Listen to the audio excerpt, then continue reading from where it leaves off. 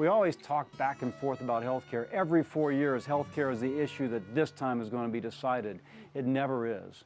Actually, having worked with the uninsured for the last 20 years, but also working with folks in the insured area, I actually think as kind of a guy on the front line trying to address the issues of lack of insurance for working people, it's actually given me perspectives.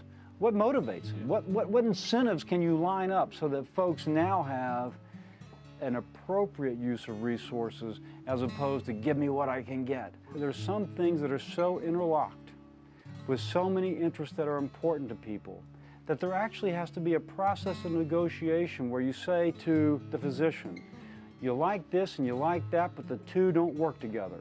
So physician, you help me figure out which you're willing to take. You say to the patient, you want lower premiums, but you want more access. Well, wait a second, you can't have lower premiums and more access. We've got to work this out, patient.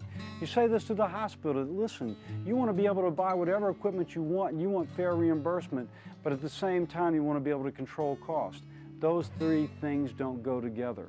Part of the political process is to take these competing interests and attempt to find some sort of common ground. I actually think one of my strengths is that I can look at each issue from each person's perspective and speak to that person with respect and help them understand that sometimes you got to give. Our own state has about $1 billion a year we receive from the federal government in order to create a healthcare system for the uninsured. In our own state, this is our own example we live with. We have made the decision to spend 50% of that money in New Orleans, which has 20% of the uninsured. Now, in our own state, instead of distributing that money where the uninsured live, where my neighbor and the person I go to church with who can't get insurance would benefit, we instead, in our political process, made a decision to spend 50% of that money on only 20% of the people, which is great if you're in that one town. But if you're that woman with breast cancer and you live in Old Broadmoor and you feel that lump and there's not adequate care for you in your community, you've been punished. Now that's an example of a real-life example of where the political process has done an incredible disservice. That's a real-life example of where we need the people to step up and say to the leaders, you need to lead better on this issue. Obama's health care plan, if you read, is a little bit like mom and apple pie. If you can imagine that, my gosh, he could do everything that he says he's going to do, that's a really wonderful thing. But when Obama says that he's going to actually give health care to everybody, but if you're currently paying premiums, he's going to lower your premiums, but by the way, he's also going to lower taxes, it ain't true. You can put it in a spreadsheet, run the numbers, and that is just not the case. I have worked in a government-run health system for the last 20 years, and I have found the government consistently overpromises and underfunds.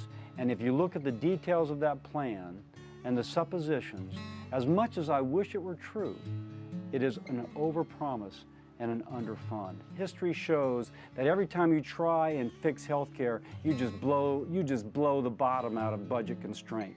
Until you first figure out how to save money and balance your budget, you can't fix healthcare because it's fool's gold. If you actually think you're going to fix healthcare without first fixing budgets, you're lying to the American people. And even though I've been working for the last 20 years to care for the uninsured, I know the issue too well to begin by lying to the American people, saying, oh my gosh, yeah, we can give everybody private health insurance, but it's not going to cost us any more money. That's a lie, and I'm not going to say that to the American people. It's time for a new conservative leader in Washington.